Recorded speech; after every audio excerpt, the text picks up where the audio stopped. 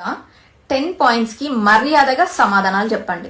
Point number 1 point, యేసు దేవుడని మీరు ఎలా చెప్తున్నారు? అక్కడిగినటువంటి మొట్టమొదటి ప్రశ్నకి జవాబు, యేసుక్రీస్తు అంత గొప్ప పరిశుద్ధుడు, నీతిమంతుడు, పాపరహితుడైనటువంటి దేవుడు ఈ భూ ప్రపంచంలో ఎవ్వరు కూడా లేరు.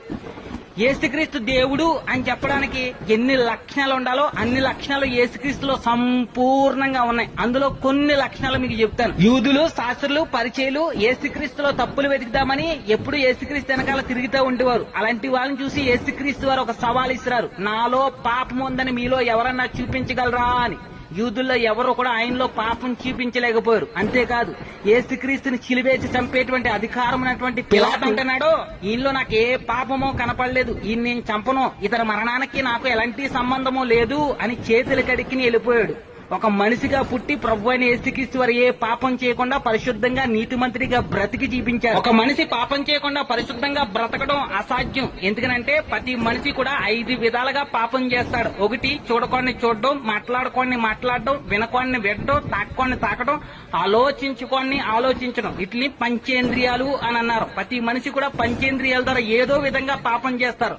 కానీ ప్రభు అయిన యేసుక్రీస్తు వారు ఈ పంచేంద్రియాల ద్వారా ఏ పాపము చేయకుండా పరిశుద్ధంగా పవిత్రంగా నీతిమంతుడిగా బ్రతికి మనుషులందరికీ కూడా అతి పవిత్రమైనటువంటి మార్గాన్ని చూపించారు. యేసుక్రీస్తు వారు మనుషులెవ్వరూ కూడా చేయలేనటువంటి పని, దేవుడు ఒక్కడే చేసేటువంటి పని ప్రభు అయిన యేసుక్రీస్తు వారు ఒక మనిషిగా చేసి చూపించారు. ఉదాహరణకి రామాయణంలో ఉన్నటువంటి రాముడు తన భార్యని కాపాడుకోవడానికి సముద్రాన్ని సహాయం అడుగుతారు. కానీ ఆ సముద్రం రాముడికి సహాయం చేయదు గాని సలహా ఇస్తుంది. కానీ బైబిల్లో ప్రభు అయిన యేసుక్రీస్తు వారితో ఉన్నటువంటి శిష్యులందరూ కూడా సముద్రంలో వెళ్తా ఉంటే భయంకరమైనటువంటి తుఫాను వచ్చి చనిపోయే పరిస్థితిలో ఉన్నప్పుడు ప్రభు అయిన యేసుక్రీస్తు వారు ఆ గాలిని సముద్రాన్ని గద్దించి ఆయన మాటిని సముద్రము గాలి సైలెన్స్ గా అయిపోతాయి.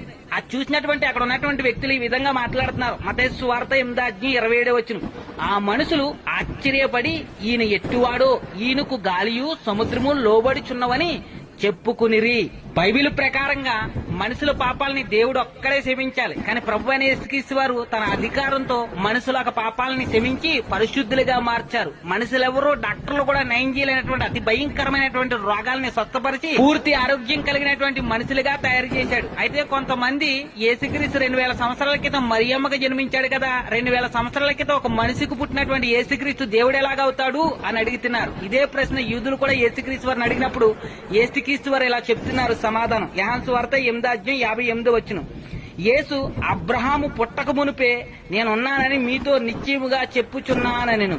అబ్రహాము కంటే నేను ముందు నుంచి ఉన్నాను అని యూదులకి చెప్తున్నారు. అబ్రహాం ఎప్పటి నుంచి ఉన్నాడు అని అంటే ఆది నుంచి ఉన్నాడు. ఆది కాండంలో ఉన్నటువంటి అబ్రహాము కంటే ముందు నుంచి ఉన్నటువంటి యేసుక్రీస్తు ఎలా ఉన్నారు అని అంటే ఈ సర్వ సృష్టిని సృష్టించినటువంటి సర్వాధికారైనటువంటి దేవుడిగా ఉన్నారు. ఆ దేవుడిగా ఉన్నప్పుడే మనుషుల్ని ఇష్టపడి ప్రేమతో మట్టుతో నరుని చేసి జీవాత్మగా ఆ నరుడు జీవాత్మాయను.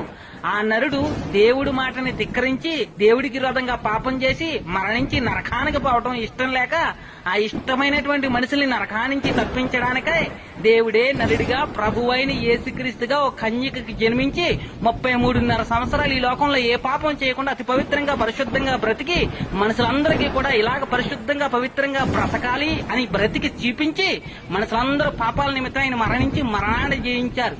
ఈ భూమి మీద ఏ మనిషి కూడా మరణాన్ని జయించలేకపోరు. దేవుళ్ళు అని చెప్పుకున్నవారు కూడా మరణాన్ని జయించలేక మరణం ముందు తలదించి శాశ్వతంగా సమాధిలో నిద్రిస్తా ఉన్నారు. కానీ ప్రభు అయిన యేసుక్రీస్తు వారు మనుషులందరూ పాపాల నిమిత్తమైన మరణించి మరణాన్ని జయించి నిత్య జీవానికి మార్గాన్ని చూపించినటువంటి సర్వాధికారైనటువంటి దేవుడు. ఆయన మనుషుల కోసం పుట్టి మనుషుల కోసం బ్రతికి మనుషుల కోసం ఆయన మరణించి మరణాన్ని జయించారు. ఏ నరుడు కూడా మరణాన్ని జయించలేకపోయాడు.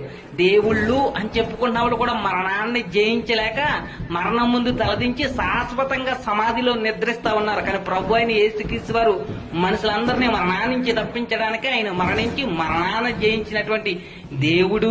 ఇన్ని గొప్ప పరిశుద్ధమైనటువంటి లక్షణాలు కలిగినటువంటి దేవుడే ప్రభు అయిన యేసుక్రీస్తు. ఇంకొక చిన్న విషయం చెప్తాను.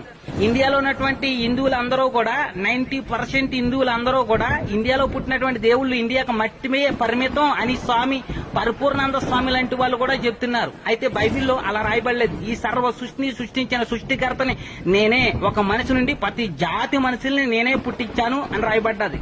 ఒకవేళ హిందువులు చెప్పినట్టుగా ఇండియాకు మట్టికే వీళ్ళ దేవుళ్ళు అయితే అలా ఎప్పటికీ కూడా దేవుళ్ళు కాదు. దేవుడు అనేవాడు సర్వ సృష్టికి సర్వాధికారి అయి ఉండాలి. ఆయనే ప్రభు అయిన యేసుక్రీస్తు. అక్క ప్రశ్నకి జవాబు దొరికింది అని నేను అనుకుంటున్నాను.